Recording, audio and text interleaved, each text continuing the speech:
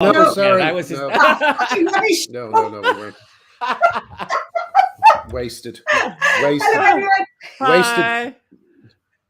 Wasted banter. Sorry, we were bantering before we were wasting banter when there was no audience. Absolute waste of time. Hello, everyone. Lovely to see you all. Helen is just kind of grinning at us now in a kind of terrifying way. Oh no, she's there. She's there. I've got my stuff now. That's it. I was saying, look, I've got. No, you were frozen. You were frozen. Now that I've got my own podcast, I've tidied up my background. Oh yes, of course. We don't talk. That's about actually a green screen. Here. She's actually. I saw you had Emma. A green screen behind her right now. Yeah. Hello, everyone. Welcome to the mess we're in. We have had another great week in many ways. Disappointing week in some ways. The disappointing part comes from Kiera Bell, who lost her appeal to the Supreme Court. But I think that Kiera has done so much in making the Cass report happen and the government inquiry happen. That it's not really a loss in the end. I totally agree, Graham. The goal of that report, the goal of her lawsuit was to put a stop to this and to have it properly regulated, and that's going to happen because of the Cass report. It's going to happen because the health secretary has condemned this stuff. So light is being shone. Yeah. Yes. Yeah. I think that we've said so many times that half the battle was to just get people to be aware that something was happening, and this is. All of the lawsuits, win or lose, brings it to wider public attention. Like now you can talk about puberty blockers, and other people, apart from these people on Twitter, other people know what's going on. They've read about it, they know what's happening. People, like some friends of mine at work, saying, "Oh, my partner was reading out a story and they were horrified." They were like, "Have you heard about this puberty blocking stuff?" And he's like, "Yeah, no, I've really heard about it." Yeah. Oh God, every lunchtime. Very funny look there. You keep freezing, Helen. Every time you freeze, Helen, it catches you at an extremely interesting moment. Like but hopefully it'll stop. I think more. And in fact, Birdie Rose tweeted something very interesting the other day. She said that some of the people who have been bullying her have actually started talking about how shocking it is, and they've started to come around. So these pricks who've been hounding her for years are now saying, "Oh yeah, it's a problem" and stuff like that, while not acknowledging the hell they put her and Doozer through. I wish Birdie is too polite. I wish she would name and shame them, because they should answer for it. They should just say sorry, at least, an apology. Yeah. One of the things we are going to have to see are a lot of apologies. But delicious apologies. It's coming. I think we have to wait maybe a little bit more so that a few more people are on board. But eventually, there's going to be, it's all when everybody's figured out what's going on and everybody has to talk about it, and the lawsuits are happening, and all the national programs that are interviewing all the detransitioners and the women who've been abused in prisons and on and on. It's going to be a massive reckoning. Everyone's going to delete their Twitter account because they won't want to acknowledge all the tweets that they said that were horrible to J.K. Rowling, and stuff. Yeah, I also think it'd be good to. Sorry, I did mean 4:30. Yeah, let me tell Dennis. Sorry, Dennis. 4:30. 30 rather than 5. Okay. It's building up a head of steam. And I think Alison Bailey's witness statement is, obviously a lot of people, one thing I want to do is I want to go through Alison Bailey's witness statement. Perhaps if anyone's out there and they would like to help work on this, I'd love to do a kind of a condensed version of it. Maybe Dennis would be up for it again. I'd love to show people, because it's so long. Like it's like a novel. It's 160 I'd love to pages, wow, that's just incredible. But I'd love to get like the key moments from her witness statement and put them in blocks so people can see some of the stuff that actually happened to them. Like the one that was most shocking to me, just because not so much because it happened to her, just because I think this is actually the experience of everyone who is working today. Like I heard someone saying that one of the threats that people use against each other when they're at work is I'm copying in HR on this, and Alison speaking to Sonia Poulton on the phone about men and women's prisons and being eavesdropped on by her colleagues who reported it, to others. I mean, it really is we are living in a kind of... It's like Mao's China. Yeah, or East Germany.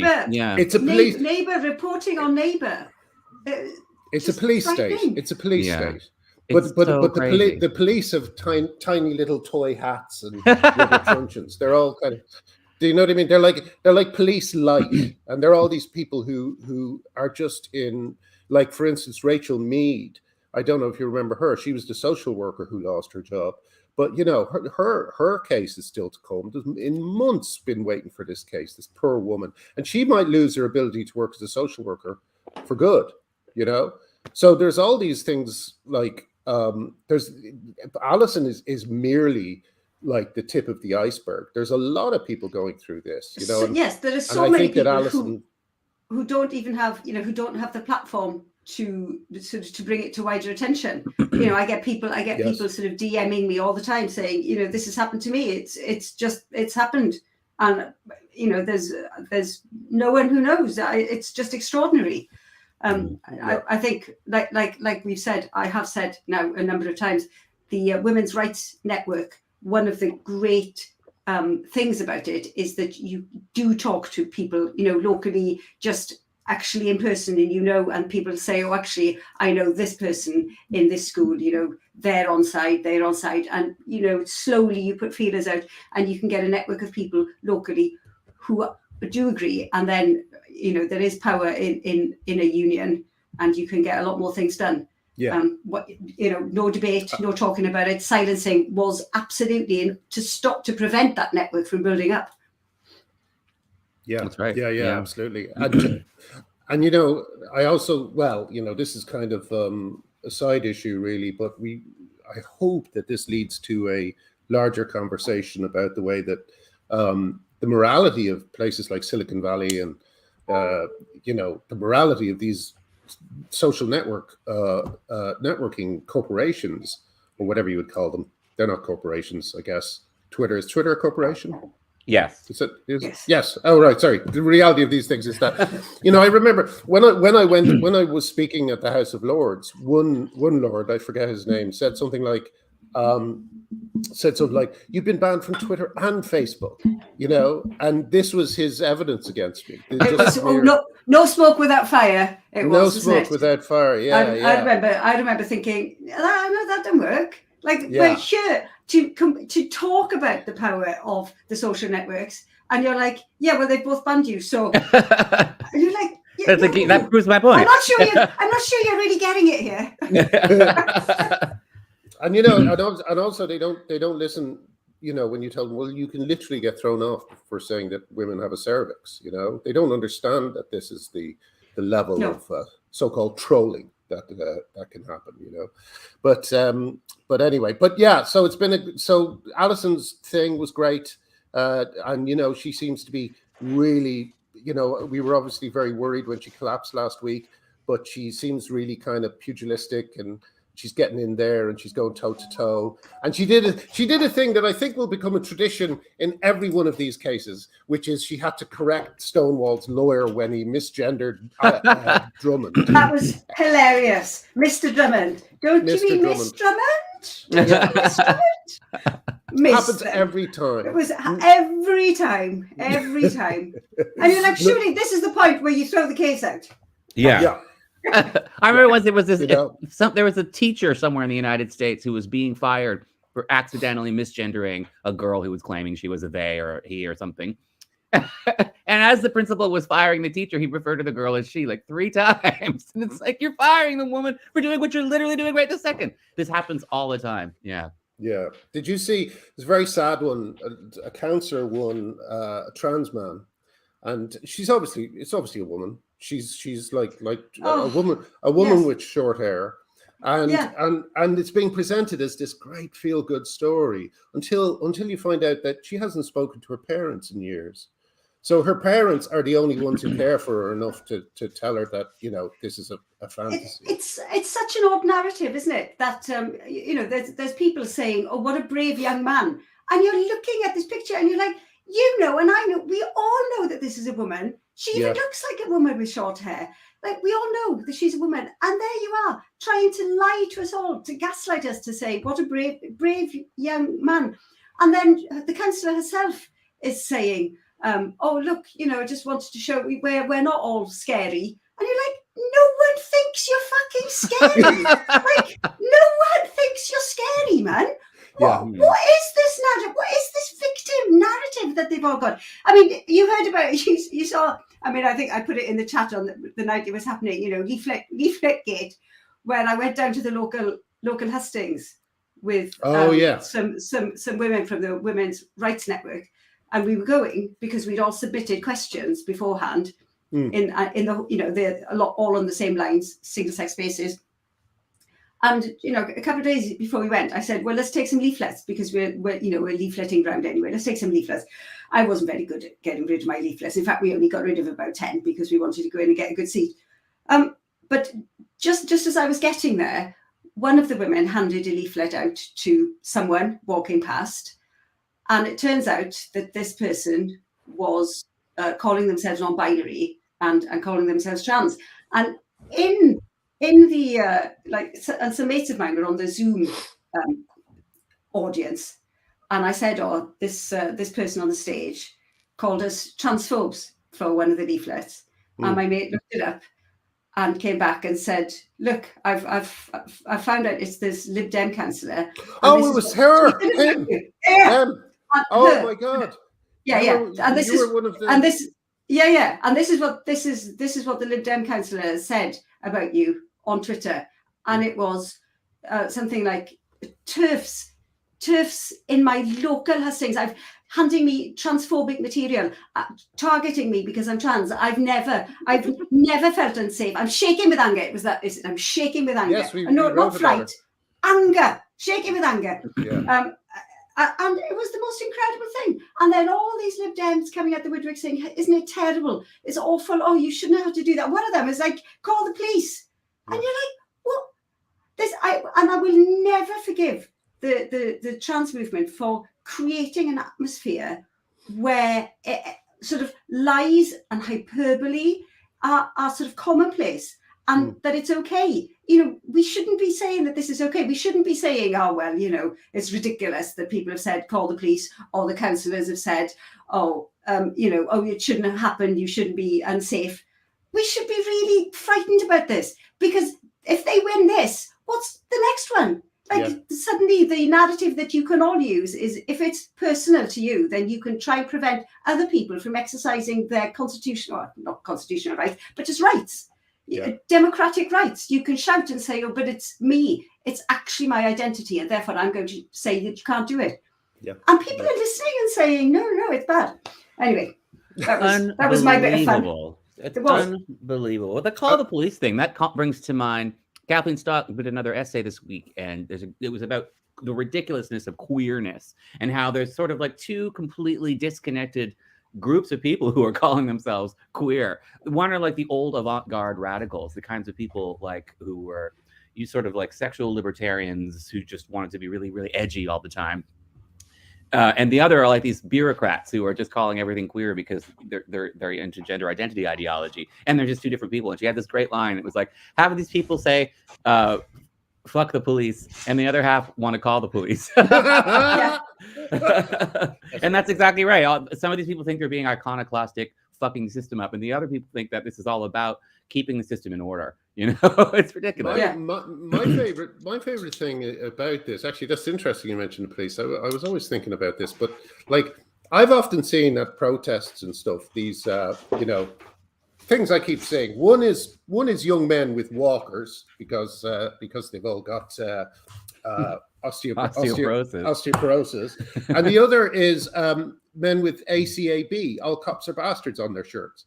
And you have the cops who are kind of, you know, working for them. It's like, don't you kind of see what the problem is here? You know, like, basically, I hope that someone someday writes something about the political aspect to all this. You know, I remember when I was starting off talking about this, I had created in my particular Twitter bubble a kind of echo chamber consisting of all these really, I call them gunslingers, you know, all these really kind of funny, snide, you know, and we all hated the right people. Some lunatic who I just blocked was mentioned Jack Prozabeck earlier, you know, who Kiera apparently retweeted. Well, Kiera doesn't know, you know, anything. She probably just read something and agreed with it. So fuck off and stop policing her likes. But anyway, but there were all these people, and we all agreed that these are the bad guys. We were the good guys, and I fought very kind of hard against them in Gamergate. And there were all sorts of people I was kind of joining in the derision and the hatred of. I genuinely thought that we were on the edge of a kind of fascist takeover, and I thought that these people I was being. But then I realized that the same people who I was fighting with were also saying that women were Nazi adjacent. And it was like, okay, well, that's obviously not true. So perhaps everything else they've said is bullshit, you know? And I think that there is a small element in this, but I think it's a significant element. It's a kind of middle class push for power, you know, like we've seen these, as we say, two trans counselors, you know, who knows if they have anything going for them beyond their identity. But it does feel like it's a certain kind of, we just get everyone into power who agrees with us that these are the important things, and then we worry about everything later on. Absolutely. You know? These are people who are very comfortable, who are, you know, if you're going to spend your whole life obsessing about pronouns, it's because you're comfortable as fuck. You know, I think the hierarchy of needs, the pyramid of needs, people are looking to have shelter and food and, you know, fresh water. You know, they're looking to just not to make sure they can afford their medications. You know, there are people who are just struggling with all kinds of things. And if your struggle is that you're an obvious woman and you want everyone to play along that you're a man, then you've got nothing else going. You're comfortable as fuck, you know? Yeah. And you look, go on, Helen. So, well, the pyramids of needs thing is interesting, isn't it? Because it occurred to me a while ago that actually, you know, what you've got is two pyramids, and one of them is sitting right on top of the other one, where you've got the self-actualization, but it's upside down. You know, the self-actualization of men is coming before the safety and needs of women. You know, so this it's just right. It's sort of cleaved right down the middle of the actual pyramids of needs. This tiny self-actualization, which is right there. That's first. And it's an interesting. That's a great point, and it reminds me of what we were saying about the trans man who's been elected in. The trans man who said we're not scary, you know, like that's what they're doing is they're providing cover for the men who want to get into women's spaces. Women are worried about men getting into women's spaces. But then this person comes along and provides a useful kind of cover. Yeah. Oh, there's nothing scary about me and I'm trans. We're not scared of women. No one is scared of women, right. of a young woman with a queer haircut, you know. A woman with a, you know, like the thing is, we would be more scared for you if you went into a male prison. We would be more scared for you. Jesus, yes. You know, so point. Yeah, so always remember when someone like that starts doing all that stuff. Remember, they're not really talking for themselves. They're talking for the men. You know, this whole thing, we've always pointed this out. Like trans men, they like fair play to her. I will say one thing. It's I think the first trans man I've ever seen who's in the papers for something other than getting pregnant. You know, and for that, well done. Yeah, that's a fair point. Well done. But the rest of the time, trans men are completely invisible. Yeah. You don't see them sneaking onto any men of the year lists. You don't see them captains of industry and being praised. No. You know, it's a man's world, and trans men need to wake up to the and honestly, that you don't get this. You know, you don't get this person without this person. I think is an excellent point. I was arguing with someone the other day. You know, someone who always uses the very benign. What is it? There's a book written by an actor, Nicole Maines, I think. Transition, very young, and it's you know, what's wrong with this person using the toilet? What is wrong with this person? And you're like, well, you know, you can't have Nicole Maines without what's his name, Felker Martin, who wrote that book. Have you seen that book that's been published by an offshoot, I think, of Macmillan, where he writes about, horrible the J.K. Rowling and one, death of TERFs, and names Rowling by name, and it's just horrible, the most brutal sexual violence against women, and you don't get one without the other. If you're championing this, you're championing this. Is that what is that what you're championing? And someone just said this outright refusal to acknowledge appalling. that it's possible that there are some men who identify as trans who are just typically male pattern violence in their behavior. Oh my God! Have you heard? Obvious that this is you should, that should be any man who just simply self-declares that they're a woman is going to have the same attribute. That's not. How can you believe that anybody who simply self-declares that they're a woman is demographically different than a man? I mean, you fucking can't, can you? I know. Listen, you simply can't. Oh yeah. And they said this themselves in the 2004 Gender Recognition Act. They were trans activists were saying that loud and clear. They were saying we want some degree of gatekeeping. We want a distinction between somebody who identifies as transsexual and somebody who's done the work to transition and somebody who simply identifies, because that would be a danger to us too. This was the trans argument back in 2004, 2005, when the Gender Recognition Act was being discussed and debated. And now they've just thrown that out. It's insane. Yeah. Yeah, and someone asked a very good question. Do you think they realize they're doing it? These trans men who are using, saying things like "I'm not scary," and I don't think they are. I think the whole thing has just been constructed. It's we've said it before, Arty, but it's like the lower levels of Scientology. People just are working to an end without even knowing what the end game is. Yes, they've been whitewashed to say this is the good side. This is my tribe. My tribe is good. You were talking earlier about having trouble realizing that your side was not necessarily good. Everybody has a side in politics and in their worldview, the left and the right, whatever you are. People who choose the side that LGBT is magic and wonderful and amazing by default, while you can sneak more and more letters into that group and you can sneak more and more ideas into that group that you wouldn't necessarily agree with. It started with, I just think gays and lesbians are great. And then they added all this new stuff to it and you didn't notice because you were already bought into it, right? Just like it starts with Scientology, you join it, they give you spa sessions, they give you medicine, they give you all this talk therapy, they give you this love. It's like, oh, this is therapy, this is great, this is my team, you've built that allegiance, you're locked in. And then they start feeding you more and more things that you would if you had been told up front. Oh, by the way, we believe in space aliens. You're going to belted the hell out of there. Just like you tell someone up front, oh, by the way, there's this LGBT thing. Some people are attracted to the same sex. You'd be like, fine. And also, we need to be giving sex change operations to babies. You'd be like, what? Yeah. Do you know what it reminds me a little bit of the Julie Bindel just posted today a Ontario Federation of Teachers, Elementary Teachers Federation of Ontario, and it has the LGB thing up the top, and it's literally this long. I'll sing it like the alphabet song, okay? Here we go. L G G B D T T T I Q Q A A P P. Anyway, that's the last one. But I thought that's too many P's. There's a P in there. There's two P's in there. I don't think there should be any P's in there. No. And I think that the thing that it's for polyamorous and pansexual and stuff like that. I'm not so sure that's true.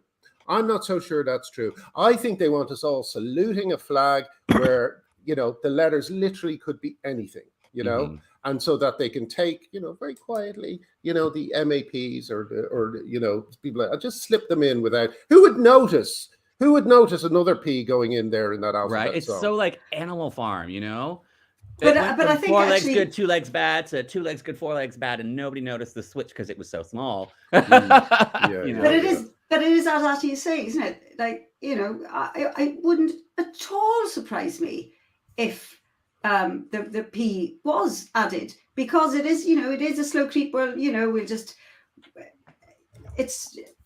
I mean, this is what you signed up for, and you're like, okay, well, maybe this, okay. I mean, it's a push, it's a widening, complete widening of a blanket. Yes, and look at how it's policed.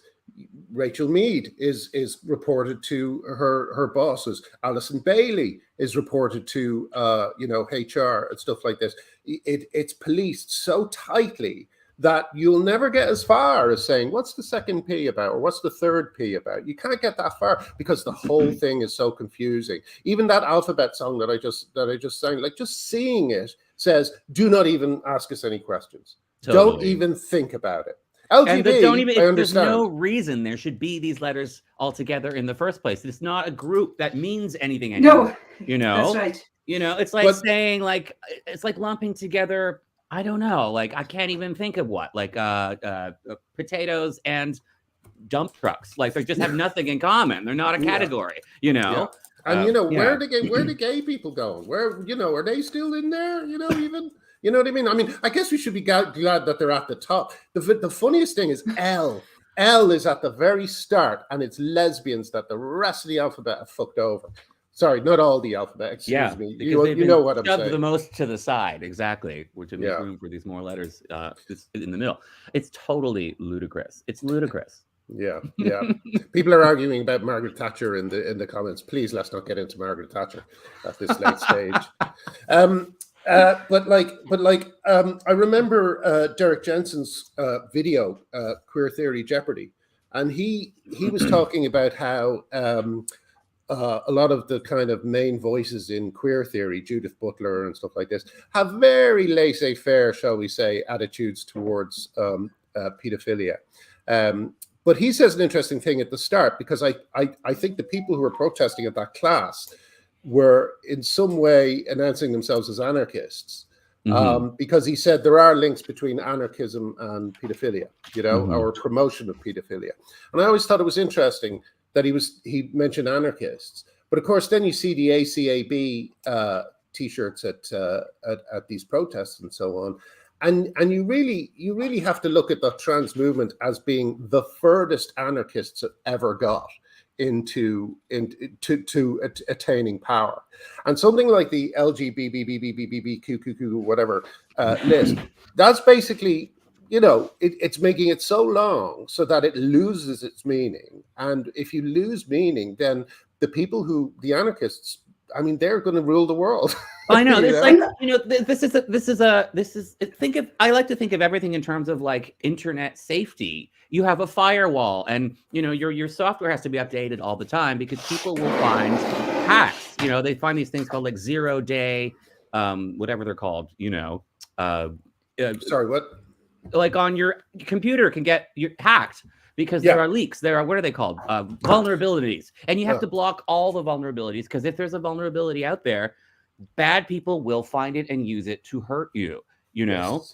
And we have to treat these movements as the same way. Like, if you stop paying attention to why you think gay rights matter and what they are, and you just start adding letters and ignore the whole thing, it's some kind of vague queer thing, then people are going to see that as a vulnerability and they're going to exploit it. We've always known that men want access to vulnerable children, and they want access to young girls, and they want access to women who are in vulnerable positions. If you give them a door that says you can just claim to be a woman and you can get past all of this firewall, they will take it. We're just like, it's an obvious hack, and people just stand there. It's like pretending that there's no such thing as hackers on the internet and leaving your computer wide open and just assuming that no one would ever dare to, steal all your Bitcoins, and take all your private data. Like, you're a fucking idiot if you don't lock the door. You're a fucking idiot if you don't keep your computer secure. You're a fucking idiot if you just ignore what's going on with the alphabet soup and let them do what they want, Yeah. Well, here's an example of what happens when there's so many letters after LGB that people are confused, that it's policed very tightly. Like, here's the type of thing that people think they can fucking just do now. This is a headline from Redux magazine that I might repost on my blog. Trans porn creators sentenced over sadistic sexual abuse of 7-year-old girl. A trans-identified male has been sentenced to 25 years in prison after forcing his 7-year-old daughter to participate in the creation of child sexual abuse material. Marina Volz, born Matthew, was arrested in 2019 after the New Jersey Department of Child Protection became aware he was creating pornography in a home where a child resided. I believe they also involved the children in some of the videos that they were making. So this is how, like, basically, that someone like this feels they can record abuse and then post it somewhere or sell it to people. You know, that's what happens when you become so confused about the rules that you allow. Like one of the interesting things about the scandals that we keep seeing. It's perhaps a part of the difficulty in getting it across to people, is how often these scandals arise because people are just posting it publicly. You know, people just don't think there's anything wrong with it. Well, you see that on Reddit all the time because people do. They talk about, you know, as long as you can talk about having, you know, dangerous sexual fantasies about little girls and little boys and babies even. You can talk about it to your heart's desire as long as you don't post imagery of real things. So people just openly go on and on and on about all their horrific sexual fantasies. You know, they're just openly declaring that they're pedophiles and that they're rapists. So it's not surprising then that some do go further and commit these acts in the real world and share it with each other. It's insane, you know? Yeah. I mean, it's in a similar way, we've come so far in a bad way with the operations. You know, you don't just see young girls, you know, with self-harm scars all over their arms, but they're being paraded by their proud parents. It's the most terrible thing. Did you that picture with the parents with a fucking t-shirt on? Did you see the picture? No.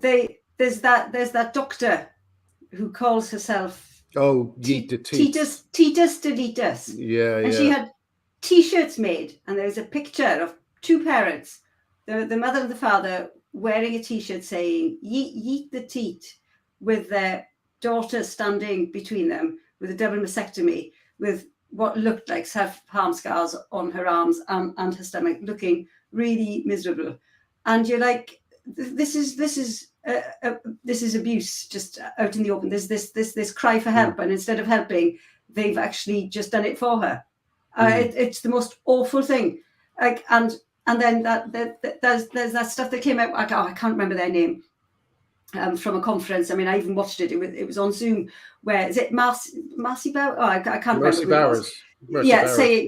Saying, you know, well, there's no material to work with. You know, we're thinking of using fish skin now to line the neo vagina, and it's all for them. It's all just experimentation and saying, well, you know, should we? You know, we're thinking that maybe we should allow a little bit of puberty back.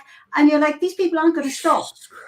What they want to do is they're never going to say, oh yeah, all right, no, we were wrong. They're going to be like, okay, yeah, we got that one wrong. How can we make it a bit better? So let's experiment with another batch of kids, and actually maybe these ones will have some sexual function because we'll give them a bit of testosterone, maybe allow that in for a while, and then we'll do the operation. And you're like, how is this like at all ethically allowable? No, they're treating like human bodies like they're just like slabs of clay. Let's try another one. And they're treating surgery like it's a trade that they're trying to hone. You know, they're trying to improve the frontiers of their trade. How can we carve up flesh and rearrange flesh and rearrange human organs better and better and better? Like it's a game. You know, they're not seeing, this isn't about, no surgeon is ever going to tell a child, maybe you shouldn't go through with the surgery. You should probably get some therapy, because they don't see the child's mental health as part of the equation. They see the child as a body to work on, a body to experiment, to apply their trade on. Well, it's narcissistic, isn't it? It's just, you know, it's how good can I be here? You know, how good can I make this? You know, my canvas, as you say, my clay. How good can I shape it? And it's, you're like, is everyone else just reading this from you know, through a different lens? Different pair of glasses, and we're just sitting here saying, like, shut this person down, man. The hell, shut this whole industry down. Shut it down. Shut it down immediately. I mean, it's like the Overton window has been stretched so far simply through this kind of, you know, the policing we've mentioned and various other things, the completely obscure language that people like Judith Butler uses, as Douglas Murray said about Judith Butler, prose this bad is hiding something, you know. And it is, you know, like the whole kind of the language. One of the, you know, first times I got into trouble about this, I think it might have been the thing that first got me my TERF badge, was when I said when I called out Amnesty Ireland for calling the abortion victory in Ireland a huge victory for pregnant people. And those kinds of little obfuscate. I mean, as a writer, I just, you know, it offends me on that level as well. But as a human being, we really, really have to be worried about our ability to talk about these outrages being removed from us, because we cannot say woman and man and child. And, you know, these words are absolutely crucial to understanding what's going on and what's happening to us, you know. Oh, Dennis is out. Dennis is out with his sister, so he can't join us. That's a shame. Oh, that's a shame. Oh, well, next time. Well, when you can, it would be nice. But I promised everyone a big thing about Alison, because I had that big image that Molly did of Stonewall controlling Garden Court Chambers. So I'm sorry. That might have been. Look, someone said it here. Oh no. Sorry, it was, but we're not doing it. I'm sorry, change our mind. Sorry about that. But yeah, I think is there anything? Sorry. Well, the abortion thing, I think we should probably touch on that. I mean, that was quite shocking coming out of America. But for me, that's a very good example of what I'm talking about, Helen, because it's very hard to talk about that. But yes, it seems that for women, it's almost become impossible to talk about it without it being framed in terms of like trans activism. Yeah. I have to say, I've been absolutely shocked this week as to how many trans activists have taken this really sort of shameful, terrible moment in US history and made it about themselves, to vilify women, to say, I mean, I actually saw like somebody say, well, you've contributed to this. This is your fault. You've contributed to this. This is your fault. And you're like, how is it possible that they're delighting in it? And you think, well, of course it's possible because it's a men's rights movement, isn't it? That's how it's possible. Like delighting in this terrible, I think, for women that will absolutely subjugate women. Yeah. And delighting in it has been like, even for the trans movement, that's been an eye opener for me. Yeah. I mean, I've been like shocked as anything. And of course, there's also the simple thing of you know, like friendly reminder: don't be talking about abortion unless you're going to be talking about It's like, stop fucking telling women that they can only talk about trans issues or women's issues if they include trans people. Stop it. And one good thing I did see, there was a kind of one of those prank videos where they kind of prankish, where it's done very seriously though, where they interview people at a protest and they say, what is a woman? You know, and of course a great number of people couldn't answer. In fact, one person said, "I'd like to abort this interview, please." But there were two people towards the end who said, you know, they said, "What is a woman?" She said, "Well, it's someone with, you know, a vagina or something," you know. And they said, "Why are people so confused by this question here? I've been asking people all day, and you know, well, some people are putting ideology above reality, you know." And then another woman came along who was also which was in a way more surprising, because as we know, it's even, you know, harder to be a TERF than it is to be a male TERF ally in America. But she was doing it as well. So I think there's like a crack in the door in America. More and more, I just feel like the door is kind of swinging open. Well, honestly, if this isn't gonna, I'm hoping that women now and these young women who've spent lots of time on trans ideology might now think, shit, we need to regroup and actually fight this far greater threat to the proper function of society. I mean, women will be. I mean, there will be actual second-class citizens if they cannot have abortions. Their lives will change entirely. Your young life will change completely, entirely.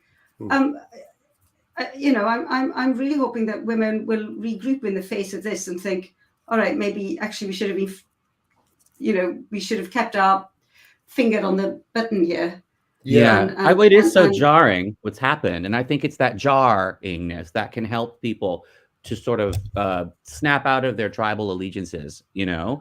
Something shocking it usually needs to be the thing that hits people so emotionally that it breaks their sort of heart capture and makes them realize that they have to see things differently, and that's when they leave Scientology, or perhaps will leave gender identity ideology. I'll bet there are a lot of people who have been working at Planned Parenthood, which famously completely abandoned contraception and women's reproductive health before giving girls testosterone, and they became, just a gender factory. I think a lot of people who were working there are going to realize that something has gone wrong, and they're going to leave and start joining actual women's rights organizations. I hope this is going to jar people. And the shocking fact that no one can say the word woman when talking about women's reproductive rights in the United States, I think that's going to jar people. I hope it is. And even here, there was Women's Place had a meeting down in Bristol, didn't they? And it was, the usual trans activists were outside shouting at women. And the meeting was birth, motherhood, and pregnancy. That was the meeting. And you're like, how can you? What are you doing? Well, that's it. What are you doing? And in fact, one of them, did you see? There was a clip I did see, and it was quite funny. This woman with a loud Helen, and she's saying, "Well, my mother's a TERF." It's like, you're not just kids fighting your mother, aren't you? Yeah. They're just angry at the existence of biological sex. Any mention of woman or mother or anything like that, people will just be like, "Oh, you're talking about sex. I hate you. I have to attack this." They don't even realize that they're just attacking the concept of sex. Even though the concept of sex is never going to go away. It's been a billion years that human life has become dimorphic and has been sexual reproduction has been happening. We know what sex is. It's finally honed in us. We can detect what someone's sex is so quickly within a nanosecond because our brains are so evolved to see clearly the difference between a man and a woman within a fraction of a second. Babies can do it instantaneously. I'm so bored of this movement. I'm so bored of this pretense. Jesus, come on, people. Like, let's move on to something else. Never have so many intelligent people had to argue with so many stupid people. Like, it's I know.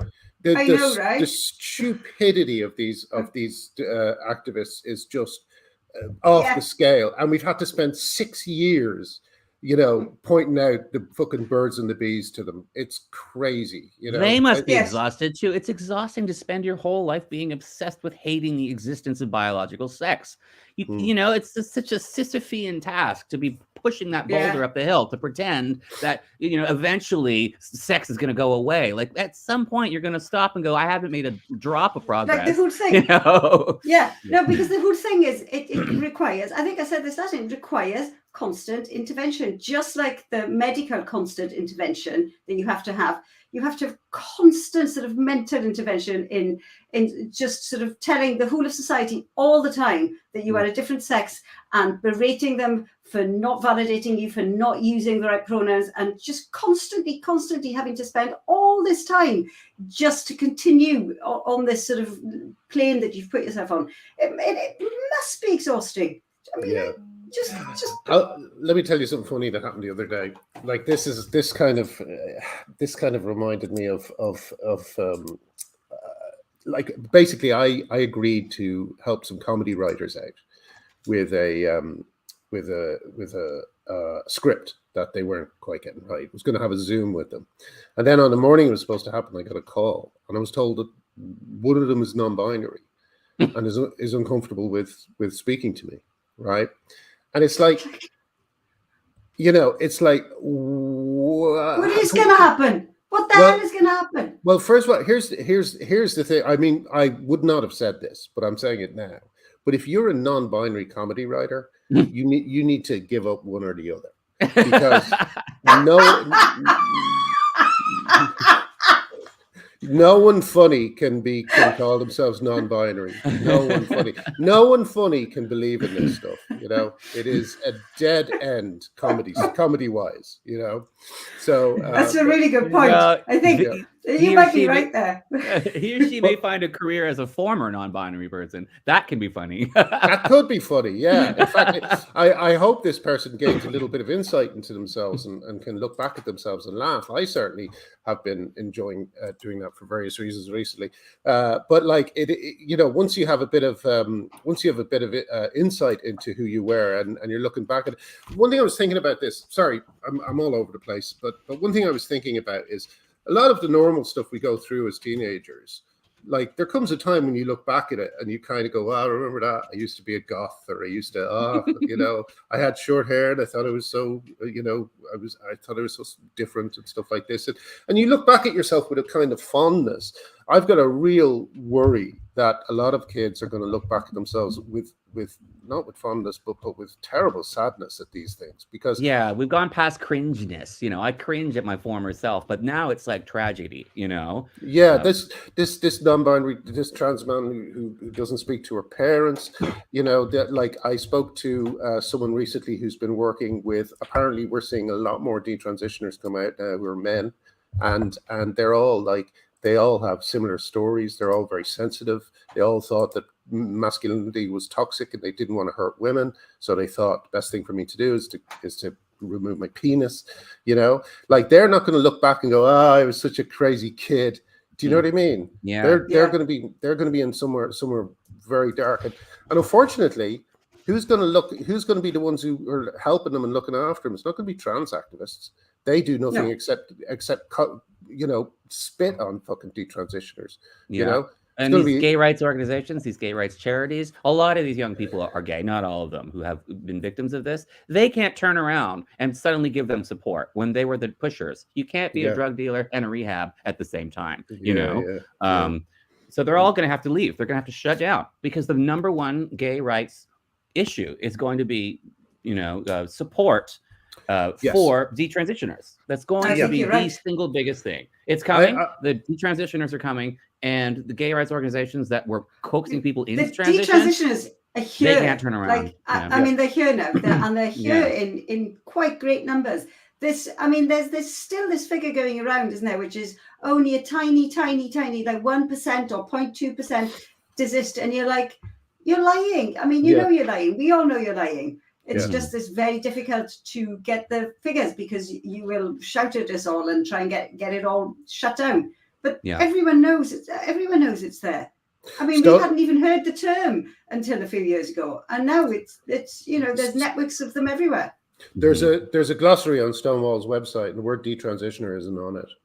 And here's another thing. That's interesting, isn't it? I mean, in fact, actually, I think that's a really sobering point. Very much so. What the hell is that all about, man? Well, it just bears out what Arty says. These organizations are not going to be useful moving forward because the great work that's going to have to be done is giving advice and help and support to these poor kids who are just caught up in this terrible fad. And this is important because governments are going to be funding this. We're going to need government support to help the damage that's been done to gays and lesbians and bisexuals who have been harmed by this. And all the government money that's supposedly going to support the LGBTQ is being diverted to other things that are not helping us at all. So it's not just that these organizations should be ashamed, it's that they're actively taking the money away. They're taking the money and support away from the people who need it most. It's really disgusting. Yeah. This is quite a gloomy thing to go out on. If we usually go out around here. Is there anything to what are we all looking forward to in the next few weeks? I have a little positive thing. My friend pointed out that it's not positive at first because Dave Chappelle got attacked on stage, and that's terrible. We don't know the details around that yet. At least I don't. But it was interesting that the number of celebrities who were in the audience. That was an LA show. Madonna was there. And she said that he's like the next James Baldwin or something. She's just fawning and praising Dave Chappelle. But Beyonce was there, Rihanna was there, all the sort of gay icons. Great. Are like all the gays are in a panic now because they're like, oh my god, all of my icons, all of my goddesses are 100% standing with Dave Chappelle. So Yeah. you know. My only thing about it is I worry that some of them are going to just go, like I saw Madonna had the Team Chappelle or Team Dave on it, but I thought, well, that's just a backstage pass that so she's a fan of Dave Chappelle. She may not be on Team Turf. That's a different thing. She went along though, didn't she? But she went along. You know, that's true. There's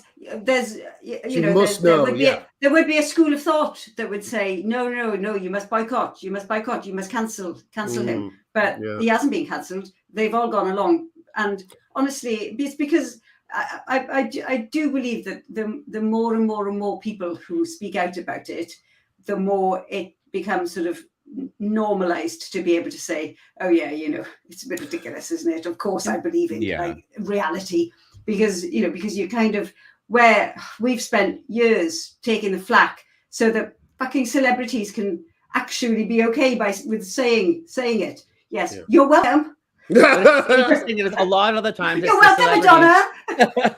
It's celebrities who themselves have been gender bending and have been around this stuff for so long who can see through the new movement. Madonna's Vogue thing was totally all about that very, very, very transgender oriented community.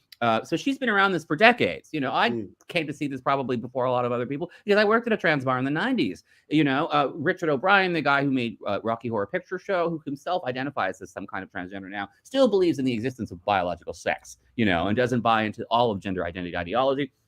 Alison Moyet, all the gender bending, I think the guy from Soft Cell, Marilyn, who's very outspoken. All these people who've been involved in gender bending and who understood this stuff for so long, they're the ones who've moved way beyond gender identity ideology and see right through it. So I wouldn't be surprised, Madonna being such an icon of 80s gay culture and very, very transsexual culture, could see through the new gender identity ideology. I wouldn't be surprised. I do think that's a fair point. I do think it's interesting though that like Chappelle, I wonder how surprised Chappelle is, because when I saw him in London, he pointed out that his documentary was being cancelled from various festivals. And this is a documentary, I believe, that has something to do with George Foreman and stuff like that. Not George Foreman, he's the grill. Sorry, George Floyd, excuse me. That's a great one. But it's about George Floyd, and even something about George Floyd, a thing that's as kind of valid at the moment as Black Lives Matter still is, despite some of the controversies. Like even then, they're banning it. He must have been shocked by that, and now he's been attacked on stage. Like I think sometimes people aren't quite aware of how crazy it is. I mean, how utterly crazy it is. But maybe they will become aware now that he's been attacked on stage. No one can condone that. Not really. I mean, still, that would be still quite a shocking thing to come out and condone. So we'll see. But I just think that, like, it was the same. Oh, I don't know. It was like J.K. I mean, J.K. Rowling, like her, she obviously, they couldn't cancel her. They couldn't take her money away. They couldn't take her success away. But what they could do is all these really hurtful little chipping away at things, like taking her name off buildings that had been named after her, and all this sort of stuff, just chipping away. And that must have been so painful for her, that must have been just horrible, no, absolutely. But she has been extremely brave and instrumental in helping to pave the way for other people to sort of say, that it's just not right, is it? She's been strong enough and big enough to not actually be cancelled at all. There's a lot of fuss around it, but honestly, people are still buying her books. People are still watching the movies. The vast majority of people, of course, they still absolutely adore J.K. Rowling. Absolutely. She started this a fair few years ago now. There's time has marched on. More and more people have now seen it. More and more people have been like, no, there's something up here, something rotten in Denmark. She's been again instrumental for when everyone is able to say what they really believe, and because nobody really believes it. Like, you maybe got a handful of people who are motivated to say that they believe it. Most people don't believe it at all. They're just frightened to say. And I love again we've mentioned it before, but her new attitude. It used to be just a well-placed tweet every couple of months. And now it's like and now it's like I love her. She's turned into John Lydon. Yeah, nice one. That's what we should leave on. And well, it is something we should leave on. I like it's even made me think, gosh, maybe it's time to start. I mean, obviously, it's not a thing to keep kind of you have to keep reporting on and you have to keep kind of fighting against the injustices and all the craziness. But I have to say, the more J.K. Rowling gets involved, the more I relax. I just feel, like no, absolutely. If someone with that big an audience can do it and get it across and fight. And obviously she's in a much better place to do it because she's a woman, then yes, and Anne Robinson, there's another thing to be happy about. Someone mentioned it earlier. Yes. She's a TERF as well, so that's great. So, but so it's like, obviously a woman's got vagina. Next question. Yeah, I used to just feel a terrible sense of duty because no one else was talking about it, and I still can't get my celebrity mates to fucking talk about it. I've got some lovely sympathetic friends, and I just kind of try and guilt them into talking about it, and they just won't do it. And it's like, can't you see? Honestly, it'll be interesting. It'd be interesting if they ever do, or whether they really now have to hold on to this because they've kept silent for so long that there's more and more people speak out, and they'll be like, "Oh shit, I can't," because then I just look so bad. Do you know? What they'll all say is, "I didn't notice. I didn't know what was going on. Never heard about it. It's just a total surprise me." Yeah, right. We will see. We will see. Thank you, everyone, for joining us. That was a good one, even though we didn't talk about Garden Court Chambers. I'm sorry, that was a very misleading image I put up. I just like the image. Sorry, and I thought we got probably people here by false pretenses. Yeah, and I thought we'd probably talk about. The trial more, but. I guess we're going to see how. Maybe we should you should do a special one if we. Well, let's get Dennis in. On. I'm sure Dennis would be game, so let's get him in and we'll talk about it. Thank you so much, everyone. Lovely to see you. We'll see you next time. Have a lovely Saturday evening. Bye. Like and subscribe.